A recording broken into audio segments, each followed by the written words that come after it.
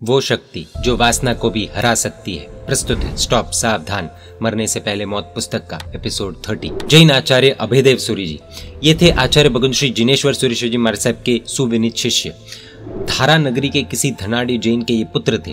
रूप, लावण्य और बुद्धि तीनों का संगम था। एक्स्ट्रा ऑर्डिनरी थे। वैराग्य से भरी देशना सुनकर यानी कि प्रवचन या व्याख्यान सुनकर इस नवयुवक ने दीक्षा ली। गुरु भक्ति को अपने जीवन का गुरु मंत्र बनाकर तप, जप और स्वाध्याय की साधना में डूब गए। परिणामतः बहुत ही कम समय में बेजोड़ विद्वान हो गए। उनकी व्याख्यान शक्ति की तो विद्वानों में भी प्रशंसा होने लगी। कई मुनियों को वे पाठ देने लगे। एक रात की बात है। प्रतिक्रमण की क्रिया के बाद मुनियों को वे अजित शांति स्तवन का अर्थ सुना रहे थे। तभी योगानुयोग श्रृंगार रस के वर्णन का प्रसंग आया। बहुत ही नजदीक में राज रानिया और राजकुमारी का स्थल था, जिसे अंतःपुर भी कहा जाता है। वो उसमें बैठी हुई थी। इस बात का ख्याल न रहा और मुनिवर अभयदेव जी महाराज साहब ने तो श्रृंगार रस का अद्भुत वर्णन शुरू किया और अद्भुत सुरों से स्तवन गाया। अंतःपुर में रही राजकुमारी एकदम आकर्षित होकर उपाश्रय में ही आकर बैठ गई। श्रृंगार रस के अच्छे जानकार मुनिवर को ही अपने भावी वर के रूप में उसने मन ही मन मान लिया। उसके आगमन आदि की जानकारी होते ही अभयदेव मुनि तुरंत सावधान हो गए और फिर तो काया के विभत्स स्वरूप का यानी कि शरीर कितनी गंदगियों से भरा पड़ा है ऐसा वर्णन इसका किया कि राजकुमारी वहां से उठकर चली गई। बला टलने का सभी मुनियों को संतोष हुआ। एक बार व्याख्यान में वीर रस का अभयदेव मुनि महाराज साहब ने ऐसा जोरदार वर्णन किया कि क्षत्रिय श्रोताजन तलवार खींचकर वही खड़े हो गए। इन दोनों प्रसंगों के चलते उनके गुरुदेव चिंतातुर रहते थे। उन्हें मुनि के संयमी जीवन पर जोखिम दिखाई देती थी।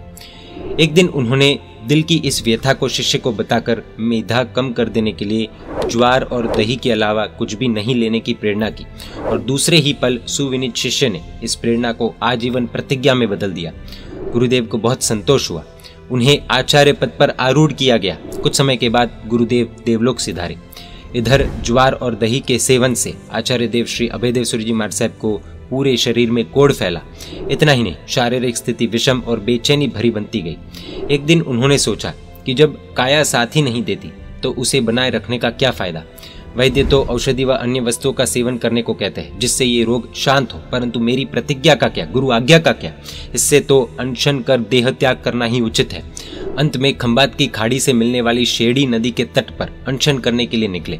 वहां पहुंचकर जैसे ही अनशन की प्रतिज्ञा करते हैं तभी पद्मावती जी प्रकट हुई और उन्हें प्रतिज्ञा करने से रोकते हुए बोली, सूरी जी इस तरह देह त्याग मत कीजिए। आपकी तीक्ष्ण मेधा शक्ति पूज्य शीलांग सूरी जी रचित 11 अंगों की टीकाओं में से हाल ही में 2 ही उपलब्ध है, वो आप रचिए। जहां नहीं समझ में आए मेरा स्मरण करना, मैं आपकी मदद करूंगी। आचार्य देव ने सवाल किया, परंतु ये कायिक तीव्र बेचैनी मुझे ग्रंथ रचना कैसे करने देगी।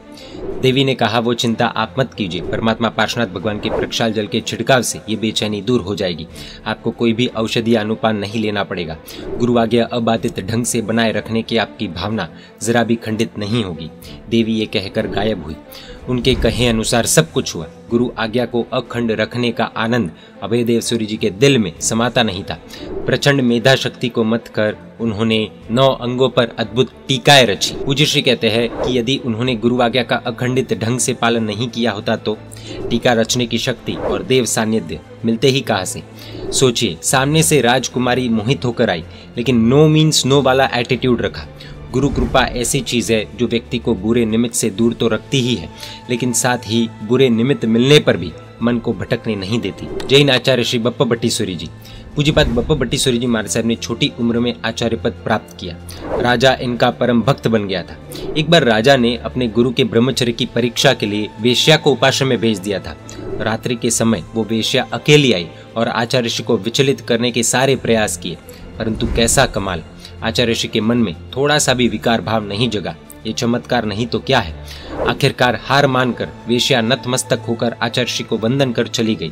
इनका पूरा जीवन हम श्री बप्पा भट्टी सूरी जी नामक सीरीज में जैन मीडिया पर कवर कर चुके हैं। वो एक बार पूरी सीरीज देखने जैसी है। तो इस तरह राजा ने जब वेश्या से पूछा, मेरे गुरु कैसे स्थिर रहे, तो वेश्या ने राजा को बेबाक जवाब देते हुए कहा, राजन, हमारी वासना की आग के सामने समग्र पुरुष जाति मक्खन है, मक्खन। हमें देखते ही पुरुष मक्खन की तरफ पिघल जाए, जबकि ये तुम्हारे गुरु अहो पाषाण है, पाषाण पत्थर है, जो देवांगनाओं या नागलोक की देव कन्याओं से भी विचलित नहीं हो सकते। फिर हमारे जैसी मरते लोक की वेश्याओं की क्या औकात है।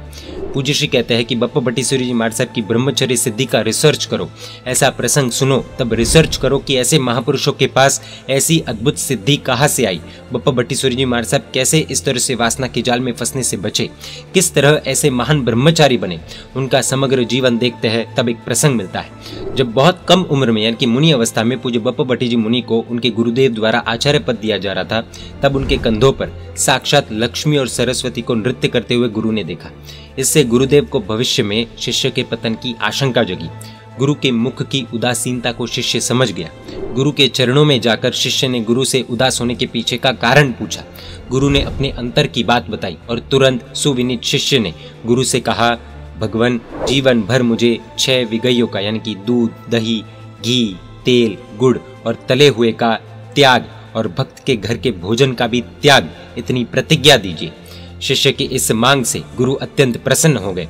गुरु ने शिष्य को ये नियम दिए। प्रसन्नता से उत्साहित गुरु ने उस समय बप्पा भट्टी मुनि जी को आशीर्वाद दिया, महाब्रह्मचारी भव, अर्थात तू महाब्रह्मचारी हो। गुरु के अंतर के इस आशीष ने बप्पा भट्टी सूरी जी महाराज साहब को कसौटी के उन पलों में भी विचलित होने नहीं दिया।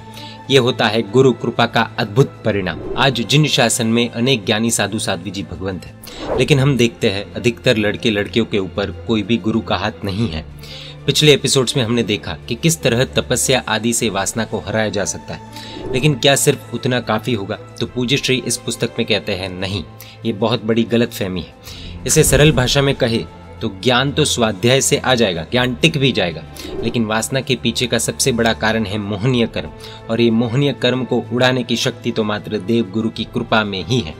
परमात्मा के दर्शन नहीं करना, पूजा नहीं करना, भक्ति नहीं करना, ज्ञानी गुरु भगवंत के प्रवचन सुनने नहीं, सुगुरु का हाथ सर पर नहीं होना और सिर्फ तपस्या करना, इससे ज्यादा दिनों तक गाड़ी नहीं चलेगी। और हाँ, गुरु यानी कि ऐसा नहीं कि बिना कुछ जाने, बिना कोई सर्च रिसर्च किए किसी को भी गुरु बना दो।